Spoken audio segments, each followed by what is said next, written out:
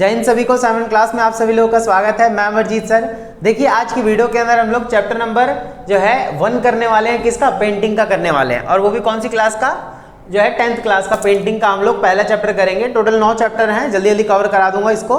और एसएसटी की भी वीडियोस मैंने अपलोड कर रखी हैं। दो चैप्टर की वीडियोस अपलोड हो गई हैं, अभी कंटिन्यू है वो। आने वाले टाइम पे और सारी वीडियोस अपलोड कर दूंगा। ठीक है, आप लोग बढ़िया तरीके से देखते रहिए वीडियोस को और बढ़िया तरीके से पढ़ाई करते रहना, ठीक है ना।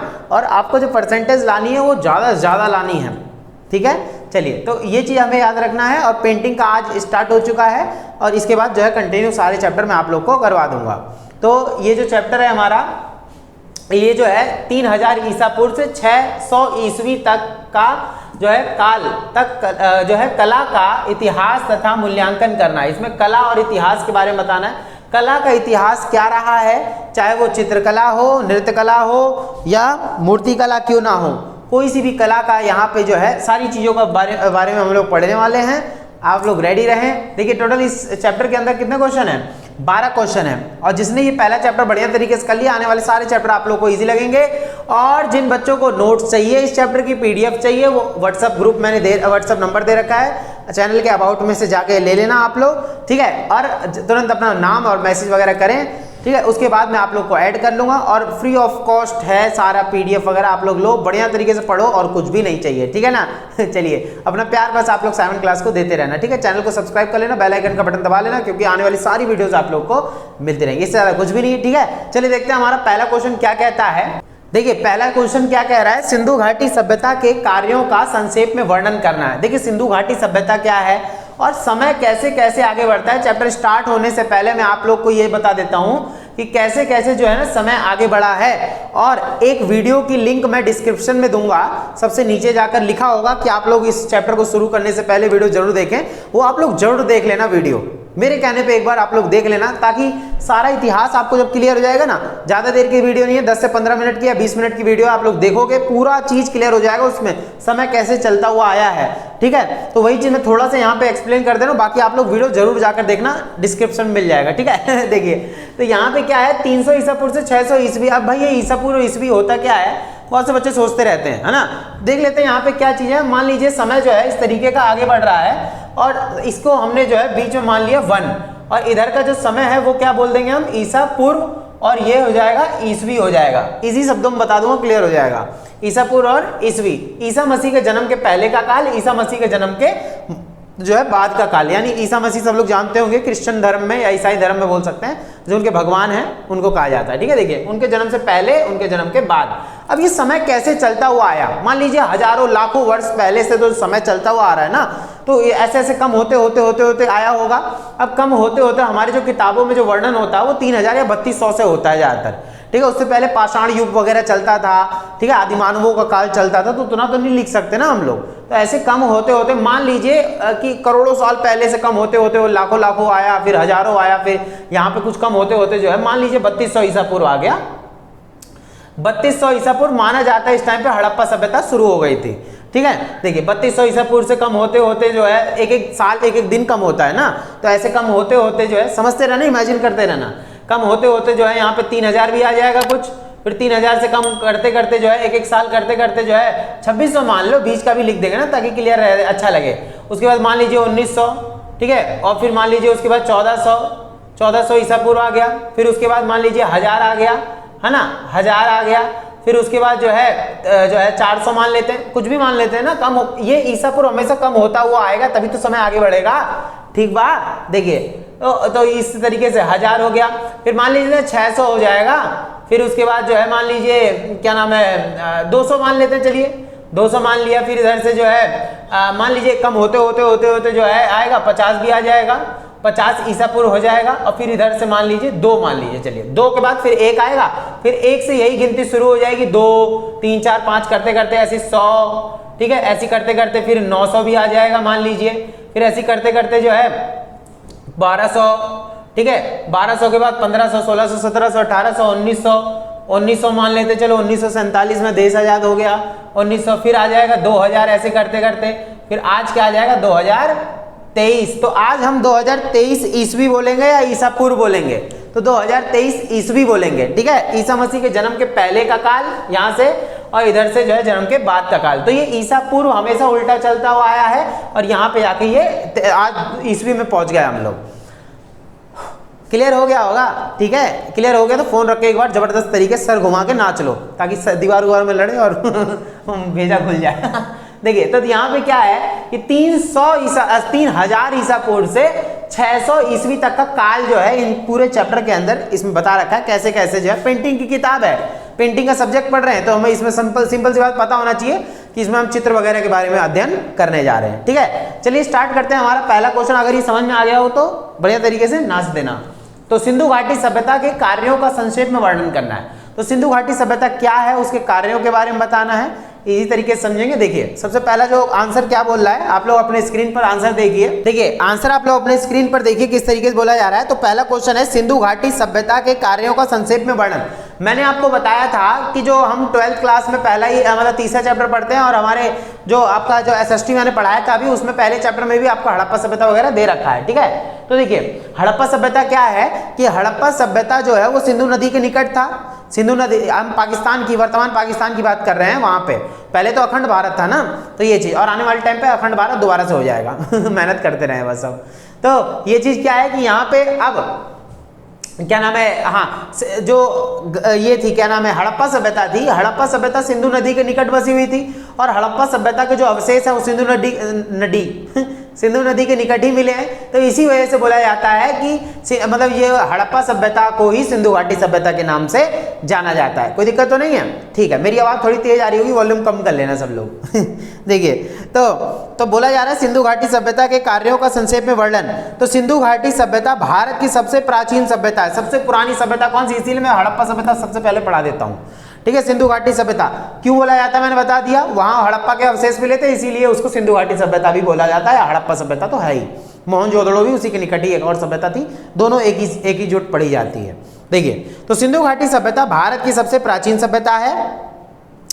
हमें यही बताना है ना, सिंधु घाटी सभ्यता के कार्यों को संक्षेप में बताना है। तो इनके कार्य वगैरह क्या थे, देखिए पहले ऐसा अनुमान लगाया जाता था कि वैदिक सभ्यता ही भारत की प्राचीन सभ्यता है, किंतु जब 1920 में पुरातत्ववेत्ताओं ने यानी जो खोजबीन करने वाले उन्होंने खुदाई की और खुदाई में कुछ ऐसे साक्ष्य मिले यानी सबूत मिले जिसके आधार पर यह निश्चित हो गया कि वैदिक सभ्यता से भी पहले की यानी पूर्व भी एक सभ्यता थी जिसे सिंधु घाटी सभ्यता भी कहते हैं। अब ये वैदिक सभ्यता क्या आ रही है, दिमाग घूम रहा होगा, ध्यान समझ लेना। देखो हड़प्पा सभ्यता 3200 से शुरू हुई, कई किताबों में जो है अलग अलग समय लिखा रहता है लेकिन आप लोग 3200 याद रखिएगा। 3200 से शुरू होते होते ये जो है 1400 में जाके खत्म हुई थी। 1400 में जाके कौन सी सभ्यता खत्म हुई थी, हड़प्पा सभ्यता खत्म हुई थी। आगे का समय उसी टाइम 1500 के आसपास ही, मान लीजिए 1500 यहाँ हो जाएगा ना क्योंकि उल्टा चलता है, 1500 से या 1400 उसी के आसपास जो है एक और काल आ गया था, कॉल आ गया था। देखिए इनको कहाँ कॉल आएगा, फोन कहाँ था, तो काल आ गया था, वो बोला जाता है वैदिक काल।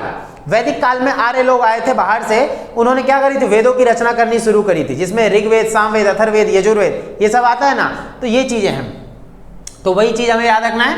तो पहले ऐसा माना जाता था वैदिक काल शुरुआत हुई थी वैदिक काल से विश्व की, नहीं, पर ऐसा नहीं है। यहाँ पे शुरुआत हुई थी हड़प्पा काल से, ठीक है, हड़प्पा सभ्यता से। उससे पहले बहुत रहे होंगे लेकिन सभ्यता की बात हो रही है ना। तो ये तो खुदाई में प्राप्त विभिन्न सामग्री तथा यथा विभिन्न मूर्तियां, खिलौने, आभूषण इत्यादि से यह स्पष्ट संकेत मिलता है। यानी खुदाई में क्या क्या चीजें मिले, चीजें मिले, तो आभूषण मिला, जो है क्या नाम है कंकाल मिले, मिट्टी के बर्तन जिसे मृदभांड कहा जाता है वो सब कुछ मिला, जिससे कि अनुमान लगाया गया कि हाँ यही सबसे पुरानी सभ्यता थी। और सिंधु जो है वासी कला के अनुरागी थे, विशेषकर वास्तुकला में उनकी रुचि थी और वास्तुकला में निपुण एवं दक्ष थे। वास्तुकला में क्या आ जाता है, घर की बनावट वगैरह, और इतनी उन्नत थी जिसका कोई जवाब नहीं, ठीक है। तो मैंने हिस्ट्री SST में पढ़ा रखा है, आप लोग जाकर देखिएगा डिटेल में इसको, ठीक है। चलिए तो ये चीज हमें याद रखना है। सेकंड क्वेश्चन देखते हैं। तो मैंने बता दिया सिंधु घाटी सभ्यता के बारे में कुछ संक्षेप में।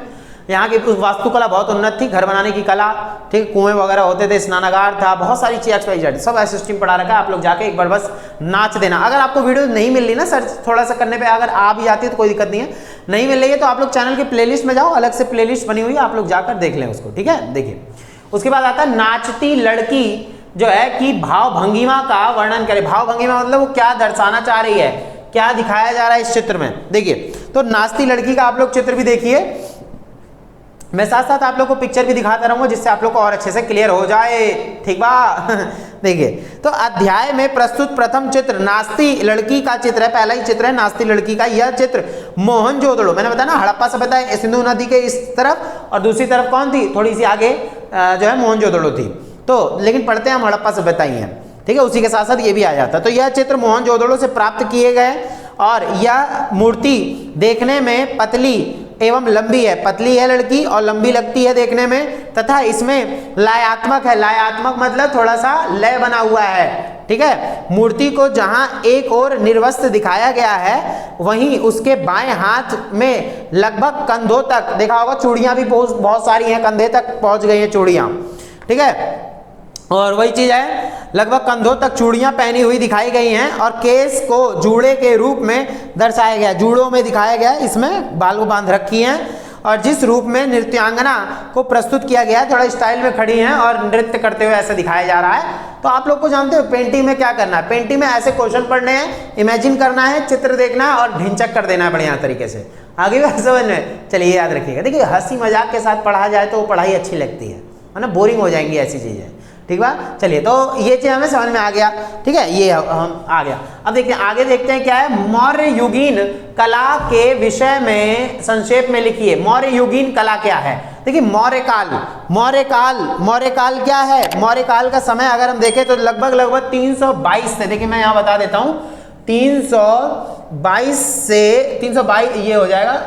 हम यहाँ ईसा पूर्व की ही बात कर रहे हैं क्योंकि अशोक का काल जो है काफी पहले ही आ गया था, है ना, ईसा पूर्व में ही आया था। 322 से लगभग जो है 185 ईसा पूर्व तक जो है इसका काल चला था, मौर्य वंश का काल बोला जा रहा है। उससे पहले महात्मा बुद्ध वगैरह आ गए थे, ठीक बा। चलिए, तो क्वेश्चन ये है, मौर्य युगीन कला के विषय में संक्षेप में लिखिए।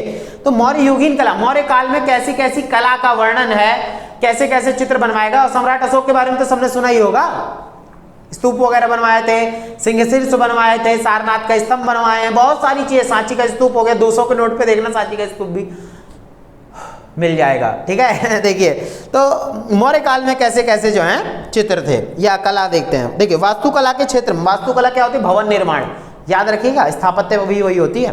वास्तुकला के क्षेत्र में मौर्य युग का महत्वपूर्ण स्थान है। यूं तो मौर्य शासन की स्थापना चंद्रगुप्त मौर्य ने की थी, याद रखना, चंद्रगुप्त मौर्य ने मौर्य वंश की स्थापना करी थी।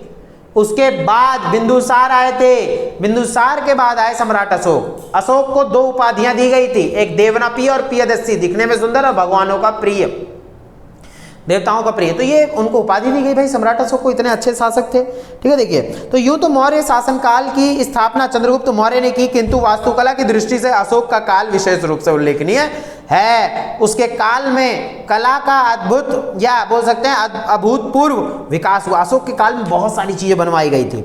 उसने पूरे भारत में विभिन्न स्तूपों, स्तंभों, ये आपको दिख रहा होगा सांची का स्तूप कैसा है, स्तूपों, स्तंभों का निर्माण कराया जो आज भी दर्शनीय है। सांची स्तूप हो या जो है इलाहाबाद शिलालेख, इस क्षेत्र में उसका योगदान स्मरणीय है, मतलब अशोक को कोई कभी भी भूल नहीं सकता, ठीक है। ये चीज याद रखना, बहुत अच्छे तरीके से पढ़ा दूंगा सारे चैप्टर, हीरो हीरोइन बना दूंगा और 99 से ज्यादा नंबर ना आए फिर कहना, फिर बस मेहनत जैसे जैसे बताता जा रहा हूं वैसे वैसे मेहनत करते जाना, ठीक बा। चलिए, अब आता है, देखिए मौर्य काल मैंने बता दिया, गुप्त वंश आता है, ये ईसवी का काल है, ये काफी पहले आए थे और ये बाद में आए थे, ईसवी में आए थे गुप्त लोग, गुप्त साम्राज्य। देखिए, गुप्त युग को भारतीय इतिहास में स्वर्णिम अथवा प्रतिष्ठित युग क्यों कहा जाता है? बहुत इंपॉर्टेंट क्वेश्चन है। स्वर्णिम यानी स्वर्ण युग भी बोल देते हैं इसको। स्वर्ण युग मतलब एक ऐसा युग जिसमें पूरा ही साम्राज्य जो है गुप्त वंश का काफी उन्नत करा उसने, विकास किया उसने, ठीक बा। देखिए, तो वही चीज है, गुप्त काल को इतिहास में स्वर्णिम अथवा प्रतिष्ठित युग क्यों कहा जाता है? बहुत अच्छा क्वेश्चन है, इसको आप लोग ढंग से समझ लेना।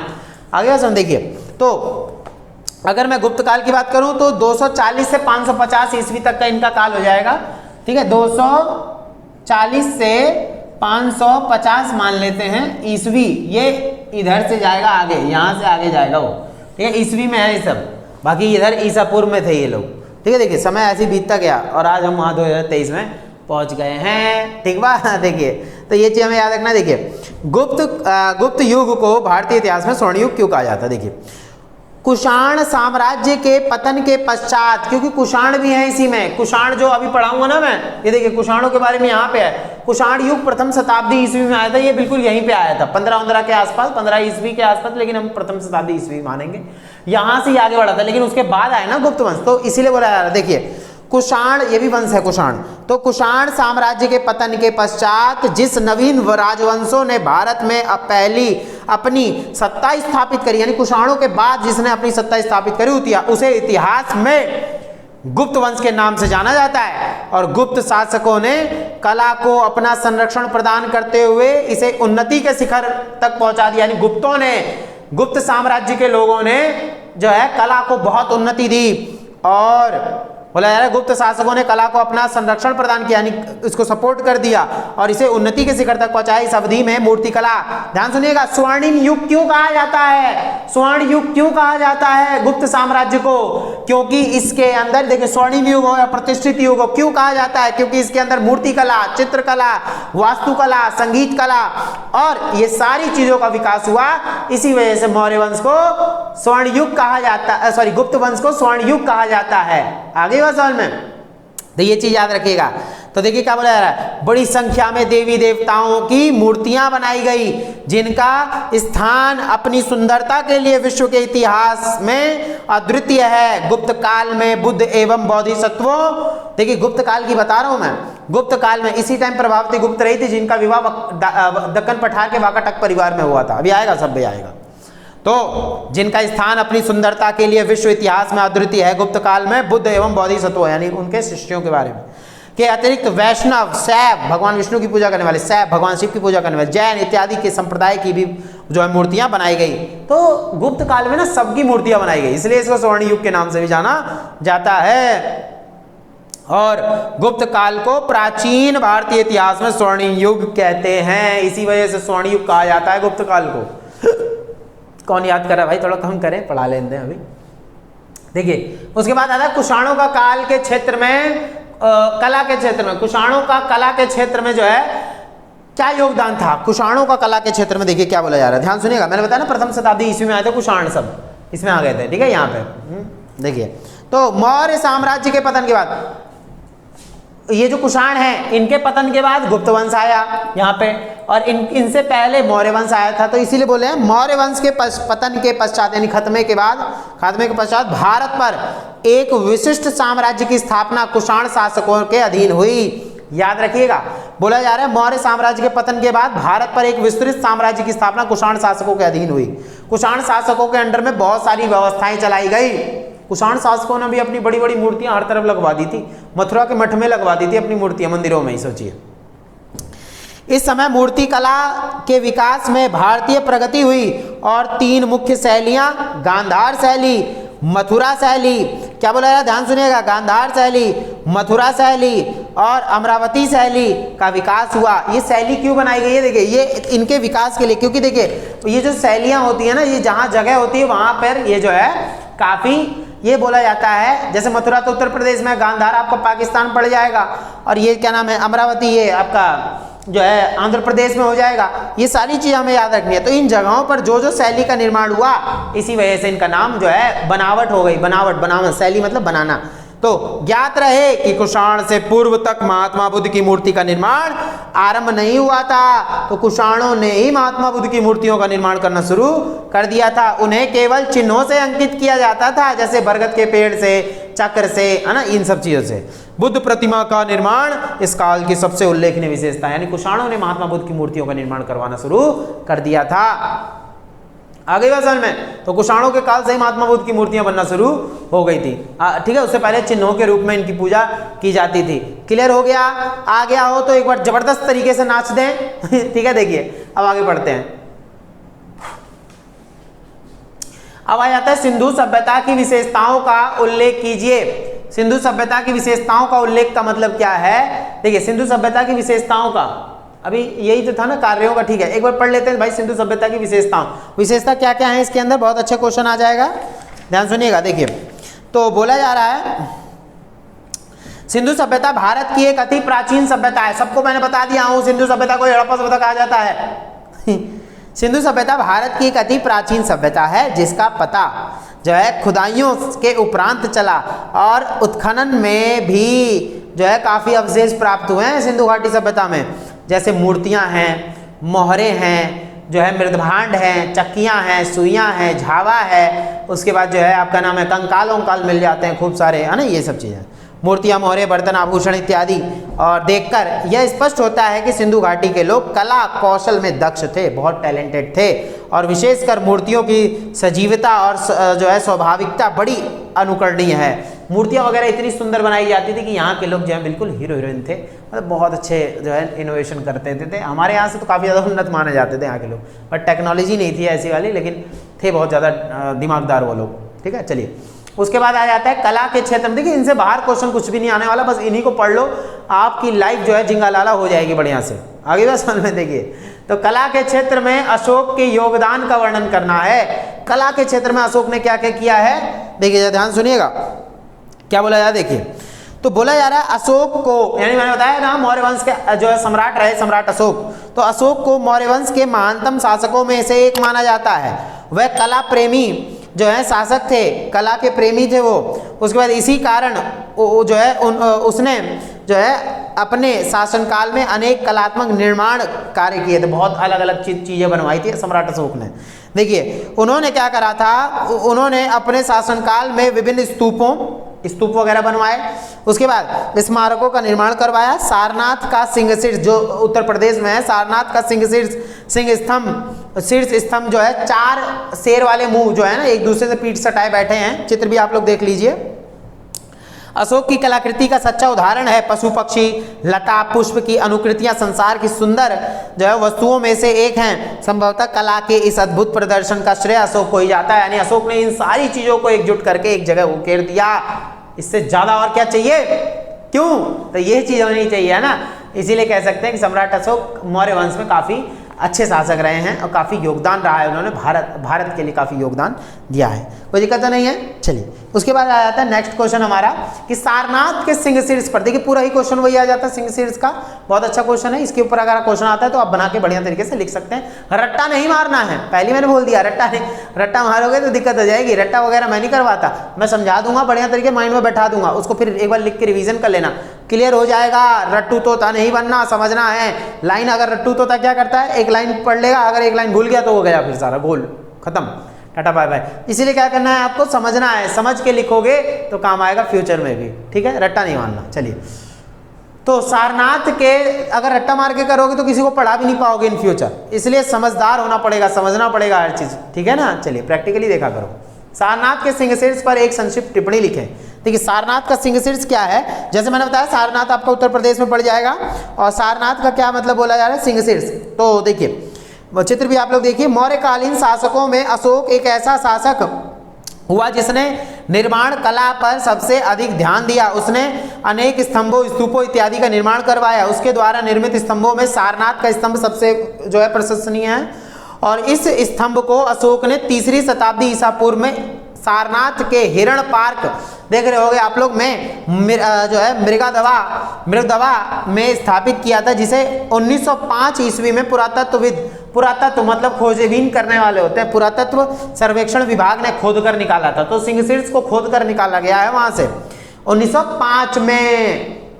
इस स्तंभ शीर्ष के फलक पर 4 जो है सजीव सिंह पीठ सटाए हुए बैठे हैं। हमें 3 ही दिखता है भाई, फ्रंट 3D तो है ना, देख लेंगे हम, ठीक है। ये चीज पीठ सटाए बैठे हैं, चारों दिशाओं की और मुंह किए हुए हैं, 1 2 3 और 4। मुंडी घूम तो नहीं सकती है सोचो घूम जाती तो कितना डरावना नहीं हो जाता, यही हॉरर मूवी बन जाती है।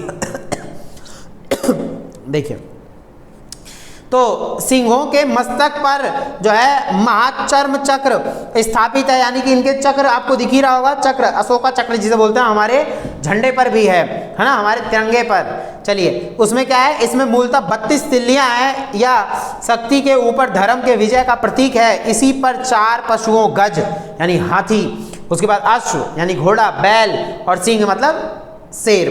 तो सिंह की आकृतियां उत्कीर्ण हैं, और इनमें हाथी, बुद्ध के जो है गर्भस्थ होने का, बैल उनके जन्म का, अश्व ग्रह त्याग का, और सिंह सार्वभौम सत्ता का प्रतीक माना जाता है, पूरी दुनिया का शासक। कहा जाता है इसको, ठीक है, सार्वभौम सत्ता का शासक। चलिए, तो ये सारनाथ का जो सिंह शीर्ष है ना, इसमें मेन मेन चीजें आपको याद रखनी है, क्या बताया जा रहा है और कैसा इसको दिखाया गया है, कोई दिक्कत तो नहीं है। चलिए, उसके बाद आ जाता है नेक्स्ट क्वेश्चन हमारा, सांची के महास्तूप की विशेषताओं का वर्णन करना। देखिए, सांची का स्तूप क्या है, हिस्ट्री में बहुत आता है ये, हमारे 200 के नोट पे भी सांची का स्तूप है। तो सांची का स्तूप कहाँ स्थित है? सांची का स्तूप मध्य प्रदेश की राजधानी भोपाल से 20 मील उत्तर पूर्व दिशा में सांची कनखेड़ा नामक गांव में है सांची का स्तूप। देख लो, बढ़िया है, मजा आ जाएगा, हीरोइन बन जाओगे आप लोग, ठीक है। चलिए, तो देखिए टाइम ज्यादा लगता है कोई बात नहीं, लेकिन चैप्टर एक ही बार पढ़ो ऐसा कि तुरंत क्लियर हो जाए, टाइम लगने दो जितना मर्जी लग रहा है, ठीक बा। चलिए, तो बोला जा रहा है कि सांची के महास्तूप के बारे में क्या बताना। देखिए, अशोक ने अपने शासनावधि में विभिन्न स्तूपों, विहारों, अभी विहार और चैत्य बताऊंगा मैं, विहारों तथा स्तंभों का निर्माण करवाया, जिनमें सांची का महास्तूप सबसे प्रसिद्ध है। यूं तो इस महास्तूप का निर्माण कार्य अशोक ने प्रारंभ किया, किंतु इसे अंतिम रूप शुंग शासकों ने, एक शुंग वंश आया था काफी बाद में, शुंग शासकों ने प्रदान किया। यह स्तूप मध्य प्रदेश के रायसेन जिले में स्थित है। बलुआ पत्थर से निर्मित इस स्तूप के चारों ओर पत्थर की वेदिकाएं बनी हुई हैं, वेदिकाएं भी हैं और तोरण द्वार भी हैं, एंट्री गेट जिसे बोला जाता है, तोरण द्वार, और इनमें 4 तोरण द्वार हैं। और वेदिकाएं मतलब क्या होती हैं? जो जमीन से सटी हुई और जैसे कुछ उठी हुई चीजें बना दी जाती हैं, ठीक है, वेदिकाएं बोला जाता है इनको ही। और इसी के ऊपर जो है क्या बनाए जाते हैं? स्तूप बनाए जाते हैं, ताकि लोग इन्हें दूर से भी देख सकें। ये वेदिकाएं छोटी भी हो सकती हैं, ताकि इन्हीं के अंदर महात्मा बुद्ध से जुड़े हुए अवशेष रखे गए और उसी के ऊपर जो है वेदिकाएं वगैरह बना दी गई, ताकि ये शेष दुनिया से इनको पवित्र स्थान मिल सके। और सांची का स्तूप जो है सम्राट अशोक द्वारा बनवाया गया था। क्लियर है इतना? 1818 में इसकी खोज की गई थी, ठीक है। सांची की मतलब वहीं भोपाल की 2 बेगमें थी, एक शाहजहां बेगम और सुल्तान जहां बेगम, उन्होंने जो है इसका संरक्षण बढ़िया तरीके से करवाया था, वरना इसका भी हाल जो है अमरावती के स्तूप जैसा हो जाता, जो आंध्र प्रदेश में है, इसका भी हाल बड़ा बुरा हो जाता, वरना ये भी जो है खत्म हो जाता। तो इसको बचा लिया 2 बेगमों ने, मजा आ गया। चलिए, अब आ जाता है नेक्स्ट क्वेश्चन पढ़ेंगे हम लोग। कहाँ पहुंच गया भाई? हाँ, ये हो गया। चलिए 10वां क्वेश्चन करते हैं, हीरोइन बन जाएंगे सब। देखिए, तो महात्मा बुद्ध की मूर्ति की विशेषताओं का मूल्यांकन करिए।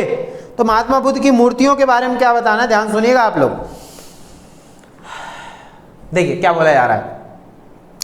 तो गुप्त शासकों के, मैंने बताया था गुप्त शासकों का वर्णन इसमें, गुप्त शासकों के समय में महात्मा बुद्ध तथा बोधिसत्व मतलब उनके शिष्य, महात्मा बुद्ध के शिष्यों की मूर्तियों का बड़ी संख्या में निर्माण हुआ। गुप्त काल में महात्मा बुद्ध की बहुत सारी मूर्तियां वगैरह बनवाई गई, और इस मूर्ति की सबसे दर्शनीय विशेषता यह है, ये सुनना जरा, इसे घुंघराले बालों, महात्मा बुद्ध को घुंघराले बाल, बारीक वस्त्रों, जो है बारीक तरीके से वस्त्रों का निर्माण और विभिन्न प्रकार के जेवरों सहित दिखाया गया है। और उसके बाद इसके अलावा मूर्ति पर रत्न जड़ित जो है आसन पर बैठे प्रचार का संकेत करते हुए महात्मा बुद्ध की शांतिमय जो है मुस्कुराहट तथा शांतिमय तरीके से बैठे हुए महात्मा बुद्ध और अपना ज्ञान बांट रहे हैं, और इतनी सुंदर मुस्कान है उनके चेहरे पर, तथा ध्यान से लगे हुए चेहरे सहित दिखाया गया है। महात्मा बुद्ध ध्यान में बैठे हुए हैं और एक नूर है उनके चेहरे पर, खुशनुमा, जो जिसे बोलते हैं ना मुस्कुराहट, बहुत प्यारी मुस्कुराहट है जो बड़ी सराहनीय है। मूर्ति की ऊंचाई 160 सेंटीमीटर है, जो गुप्त काल में बनाई गई थी, और 160 सेंटीमीटर है, काफी ऊंची मूर्ति है, 160 सेंटीमीटर। तथा निर्माण सामग्री में जो है बलुओ लिख रखा, बलुआ पत्थर का प्रयोग किया गया है निर्माण सामग्री में। आगे बात समझ में बतिया, ठीक बा। अब आ जाता है नेक्स्ट क्वेश्चन। यहाँ पे देखिए नेक्स्ट क्वेश्चन, अभी मैं बताया था विहार, चैत्य और विहार, वो आप लोग देखिए 11वां क्वेश्चन क्या है, इंपॉर्टेंट हो जाएगा, इंपॉर्टेंट सारे हैं, बाकी आप लोग पढ़ लेना, मैं पढ़ क्या लेना, पढ़ा दिया हूँ और समझ लेना। देखिए चैत्य और विहार गुफा में क्या अंतर होता है। देखिए चैत्य और विहार में क्या होता है, दोनों गुफाएं कैसी होंगी, ध्यान सुनिएगा। देखिए वैसी गुफाएं जिनका निर्माण पूजा के लिए हुआ है, तो पूजा मतलब पूजा पाठ के लिए, तो ऐसी गुफाएं, देखिए ऐसी गुफाएं जिनका निर्माण पूजा या उपासना मतलब पूजा पाठ, भजन होता है, भजन कीर्तन तथा धार्मिक चर्चा के उद्देश्य से किया जाता है, उसे चैत्य कहते हैं। चैत्य का निर्माण क्यों किया गया है? पूजा पाठ के लिए, और क्या नाम, भजन कीर्तन के लिए, इन सारी चीज़ों के लिए जो है किसका निर्माण किया गया है, ये चीज़ हमें याद रखना है, ठीक है। तो इसका चैत्य बोला जाता है उसको। और एक होता है विहार, जिसमें महात्मा बुद्ध के जो भिक्षु हैं, भिक्षुणी हैं, और भिक्षा मांगने वाले हो गए, उनको वो रहते हैं जिसमें। देखिए विहार भिक्षुओं और भिक्षुओं के रहने तथा अध्ययन करने के स्थान को कहा जाता है। चैत्य पूजा पाठ के लिए यूज किया जाता है और विहार जो है उनके रहने के लिए यूज किया जाता है। चलिए अंतिम क्वेश्चन आ जाएगा, अजंता गुफाओं के बारे में आप क्या सोचते हैं। देखिए अजंता गुफाओं के बारे में हम क्या सोचते हैं, ध्यान सुनिएगा। देखिए अजंता की गुफाओं की अगर मैं बात करूं तो अजंता की गुफाएं जो है, अजंता की गुफा महाराष्ट्र के, देखिए अजंता की गुफा महाराष्ट्र में स्थित औरंगाबाद से 63 मील की दूरी पर उत्तरी दिशा में तथा जलगांव से 34 मील दूरी पर स्थित है। ये गुफाएं बड़े बड़े पर्वतों को काटकर बनाई गई, चित्र भी आप लोग देख लेना, हीरोइन बन जाओगे। ठीक है, काटकर 1 मील की अर्ध वर्गाकार जो है परिधि ऐसे में फैलाई गई है, परिधि में बनाई गई है, निर्मित है। और इसमें टोटल 29 गुफाएं हैं। 12th क्लास में भी है, सारी चीजें पेंटिंग में पढ़ा रखा हूँ, जाके देख लेना एक बार, ना यकीन हो तो। देखिए गुफाएं हैं, 29 गुफाएं हैं, जिनमें चैत्य और विहार दोनों प्रकार की गुफाएं मिलेंगी। चैत्य मतलब पूजा पाठ के लिए और विहार उनके रहने के लिए भिक्षुओं के। सबसे विशाल चैत्य गुफा 19 नंबर की है, बहुत बड़ी वाली गुफा है 19 नंबर की 29 में से। किंतु सर्वश्रेष्ठ गुफा है 2, यानी सबसे, क्योंकि उसमें महात्मा बुद्ध की मूर्तियां वगैरह काफ़ी बड़ी बड़ी चित्र वगैरह मतलब बना रखे हैं उसके अंदर, और बहुत ही इंपॉर्टेंट चीज़ें हैं, बहुत मज़ेदार है। इसीलिए अजंता गुफा कहाँ है, जो है महाराष्ट्र के, उसमें औरंगाबाद जिले में आपको मिल जाएगी। ठीक है, चलिए ये सारे क्वेश्चन तो खत्म हो गए। अब मैं एक टॉपिक आपको ऐसा पढ़ाने जा रहा हूँ जिससे कि बहुत सारी चीज़ें क्लियर हो जाएंगी आप लोग को। देखिए जरा ध्यान सुनिएगा, अपनी स्क्रीन पर आप लोग देखिए इसको क्या बोला जा रहा है। देखिए इस अध्याय की याद रखने योग्य बातें, यानी इस अध्याय में हमने क्या क्या पढ़ा है, एक बार मैं सारा आप लोग को दिखा देता हूँ, ध्यान सुनिएगा। पहला, सिंधु घाटी सभ्यता भारत की सबसे प्राचीनतम सभ्यता है, क्लियर हो गया ये तो। ठीक है, दूसरा, सिंधु सभ्यता को हड़प्पा सभ्यता के नाम से भी जाना जाता है। क्यों जाना जाता है मैंने सारा बता दिया आप लोग को, क्योंकि इसके सारे अवशेष वहीं से मिले, सिंधु घाटी सभ्यता से ही मिले हैं, उसी निकट, नदी के निकट। चलिए सिंधु नदी है ना, उसके निकट ही मिले हैं सारे अवशेष। तीसरा पॉइंट, मौर्य शासकों में अशोक ने कला को सर्वाधिक प्रोत्साहन दिया, सबको पता चल गया, कला को बहुत जो है सपोर्ट करा अशोक ने। प्राचीन भारतीय, चौथा, प्राचीन भारतीय इतिहास में कला की दृष्टि से गुप्त युग को स्वर्ण युग क्यों कहा जाता है, वो भी मैंने बता दिया है, सारे इंपॉर्टेंट है। नास्ती लड़की की मूर्ति मोहनजोदड़ो से प्राप्त हुई है, जिसकी लंबाई 4 इंच की है, लगभग इतनी मिल जाएगी। अरे ये चीज, उसके बाद जो है रामपुरवा बैल और कैपिटल, ये अभी नहीं पढ़ाया था, इसके चित्र आप लोग देख लीजिए। बोला जा रहा है रामपुरवा बुल कैपिटल जो है ये बैल है। मौर्य काल की रचना, इस मूर्ति को रामपुरवा इसलिए कहा जाता है इसे, क्योंकि इसे रामपुरवा नामक स्थान से प्राप्त किया गया। रामपुरवा कहाँ मिलेगा आपको, बिहार में, तो वहीं ये मूर्ति वगैरह सारी जो बनाई गई थी इसकी, बैल की, सॉरी बुल की, जो भी है देख लीजिए। तो अजंता की गुफाएं महाराष्ट्र के औरंगाबाद जिले में, ये भी मैंने बता दिया। ठीक है, अजंता में 2 प्रकार की गुफाएं हैं, प्रथम चैत्य और विहार। देखिए ये इसलिए पढ़ाया जा रहा है ना ये वाला, कि आपने कितना पढ़ लिया वो आपको बताया जा रहा है बस, आगे समझिए। अगर ये क्लियर है तो आपको चैप्टर क्लियर है, अंदाजा के तौर पर देख लीजिए। उसके अजंता में 2 प्रकार की गुफाएं, चैत्य और विहार। मतलब चैत्य पूजा पाठ के लिए, विहार जो है रहने के लिए। अजंता में गुफाओं की कुल संख्या जो है यहाँ पे देखिए गलत दे रखा है ना, 30, यहाँ 29 होगा। ठीक है, कितनी गुफाएं हैं, 29 हैं, इसको मिस्टेक है, ठीक कर लेना आप लोग। देखिए तो इसके बाद आ जाएगा, तो यहाँ पे क्या है, अधिकांश अजंता भित्ति चित्र का निर्माण जो है वाकाटक काल में हुआ था। वाकाटक काल भी ईस्वी का ही है। गुप्त काल मैंने बताया था, प्रभावती गुप्त का विवाह हुआ था दक्कन पठार के वाकाटक परिवार में, वही हुआ था। तो ये चीज़ याद रखना है, तो ये हमें याद रखना है। ठीक है, उसके बाद अजंता के भित्ति चित्र जो है फ्रांसिस्को पद्धति से बनाए गए थे। ये एक अलग पद्धति होती है, बनावट होता है, इससे जो है चित्र वगैरह बनाए जाते हैं, कलर वगैरह से बहुत सारी चीज़ों को यूज़ होता है। उसके बाद अजंता भित्ति चित्र का पता 1819 ईस्वी में जो है मद्रास रेजिमेंट के एक सैनिक ने शिकार खेलते हुए लगाया था। तो 1819 में अजंता की गुफाओं का जो है हमें, क्योंकि जंगल में होते हैं ना सारी चीज़ें, तो वहीं हम ये जो है एक शिकार खेलते हुए सैनिक थे, उन्होंने इसके बारे में पता लगा दिया था। एक लास्ट एक चित्र बचा हुआ था, आश्वेत राजकुमारी के बारे में भी जो है यहाँ पे क्या बता रखा है, आप लोग ध्यान से देखिएगा इसको। देखिए इसमें आश्वेत राजकुमारी के बारे में क्या बता रखा है, ब्लैक प्रिंसेस के बारे में। तो शीर्षक जो है इनका नाम क्या है बोला जाएगा, ब्लैक यानी आश्वेत राजकुमारी। ठीक है, अश्वेत राजकुमारी के नाम से इनको जाना जाएगा। ठीक है, उसके बाद इनका माध्यम क्या है, यानी ये भित्ति चित्र। भित्ति चित्र क्या होते हैं, जो घर मकान या बोल सकते हैं किसी महल के अंदर, किसी गुफा के अंदर, अंदर साइड में बनाए जाते हैं ना, उसको भित्ति चित्र बोला जाता है, जो अंदर बने होते हैं। उसके बाद समय क्या है इसका दूसरी शताब्दी एडी से, यानी दूसरी शताब्दी ईस्वी से लेकर जो है छठी शताब्दी ईस्वी के बीच में इसका काल माना जाता है। उसके बाद जो है गुप्त वाकाटक का काल है, ये वाकाटक परिवार के जो है इन्होंने वंशों ने बनाया था इसको। उपलब्धि क्या है, अजंता की गुफाओं में इसको बनाया गया है। उसके बाद आकार जो है 20 फीट, जो है 20 फीट इंटू 6 फीट लगभग इसका जो है आकार बता रखा है। और कलाकार जो है अज्ञात है। अज्ञात मतलब क्या हो गया कि हमें नहीं पता जो है इसके कलाकार कौन थे, क्या है क्या नहीं है, उसके बारे में इतना तो क्लियर नहीं है किसी चीज किसी को भी, तो बस ये अनुमानित बोल दिया जाता है ये सारी चीजें, कोई दिक्कत तो नहीं है। तो आपको ये जो है क्या नाम था इनका, अश्वेत राजकुमारी के बारे में भी एक चित्र दे रखा था, तो मैंने आपको बता दिया है। आई होप सबको जो है चैप्टर समझ में आ गया होगा। इससे ज्यादा कोई भी क्वेश्चन नहीं है, याद रखिएगा इस चैप्टर के अंदर। जिसने पढ़ लिया वो नाच देना, मजा आ जाएगा, बढ़िया नंबर आ जाएंगे। सारे चैप्टर करवा दूंगा, आप लोग बेफिक्र रहें। जिसको पीडीएफ चाहिए वो व्हाट्सएप ग्रुप से ज्वाइन हो जाए, अपना क्लास वगैरह सारा भेज देना आप लोग लिख के, मैं आपको पीडीएफ भेज दूंगा। 1 रुपये भी नहीं लग रहा आप लोग का, मैं पहले कह रहा हूँ। ठीक है, परेशान नहीं होना, आपको फ्री ऑफ कॉस्ट पढ़ें, इससे ज़्यादा और कुछ भी नहीं चाहिए। बस आप लोग अपना प्यार दे देना बस। ठीक है, प्यार कैसे देंगे आप लोग, अब चैनल अगर अच्छा लगे तो वीडियो को लाइक जरूर कर देना आप लोग। और हाँ देखिए, मेहनत बहुत ज़्यादा करनी पड़ती है, आप लोग वीडियो को लाइक कर देना। और हाँ, ये चैनल को सब्सक्राइब करके बेल आइकन का बटन जरूर से दबा लेना, क्योंकि आने वाली सारी वीडियो आप लोग को मिलती रहेंगी। अगर आप 10th क्लास में हैं तो आप लोग जो है जरूर बेल आइकन का बटन दबाएं, क्योंकि 12th की जो वीडियोज़ होंगी आप लोग के पास तुरंत पहुँच जाएंगी, क्योंकि आप 12th में ही जाएंगे अब।